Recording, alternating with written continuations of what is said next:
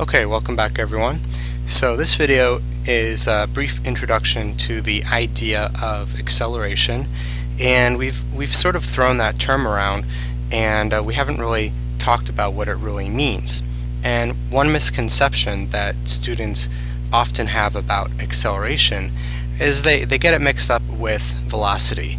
So if something's going really fast, they say, oh, it's accelerating. So let's talk about what it truly means. So acceleration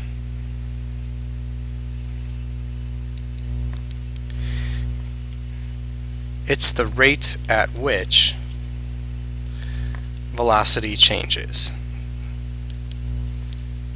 Now it's important to point out that this is the rate at which velocity, not speed, changes.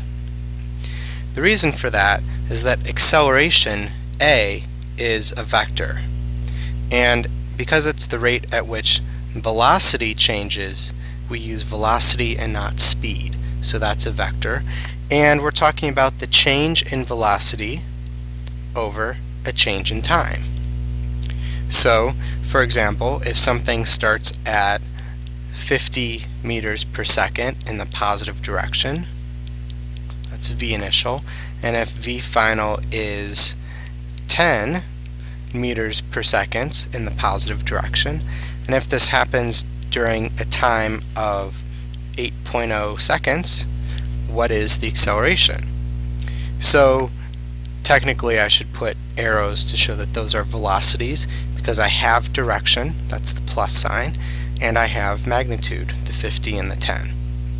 So acceleration is a change in velocity, which is also defined as final velocity minus initial velocity divided by change in time. And again, you have to remember that any change, so a change in anything, is always final minus initial. So it doesn't matter what I put in the parentheses. A change in anything is final minus initial. Okay, so acceleration in this case is V final, or plus 10 meters per second, minus V initial, or plus 50 meters per second, and that's all divided by 8.0 seconds. Okay, so this is negative 40 meters per second, because we have 10 minus 50 divided by 8.0 seconds, and so that's going to give us negative 5.0. And here's where you have to be careful. A lot of students will think that these seconds cancel out. As a matter of fact, it's meters per second divided by seconds, or meters per second times 1 over seconds. So the true SI units are meters per second squared. As a reminder, think about the graph we did for one of our labs, where we put distance in meters or centimeters and time squared in seconds squared.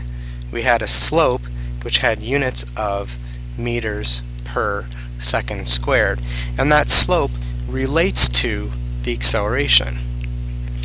Okay, so that's an example of how to use that equation. We can also rewrite this, and we'll see later on as one of our kinematics equations, that if we multiply each side by delta t and add V initial, we get V final is equal to V initial plus acceleration times time.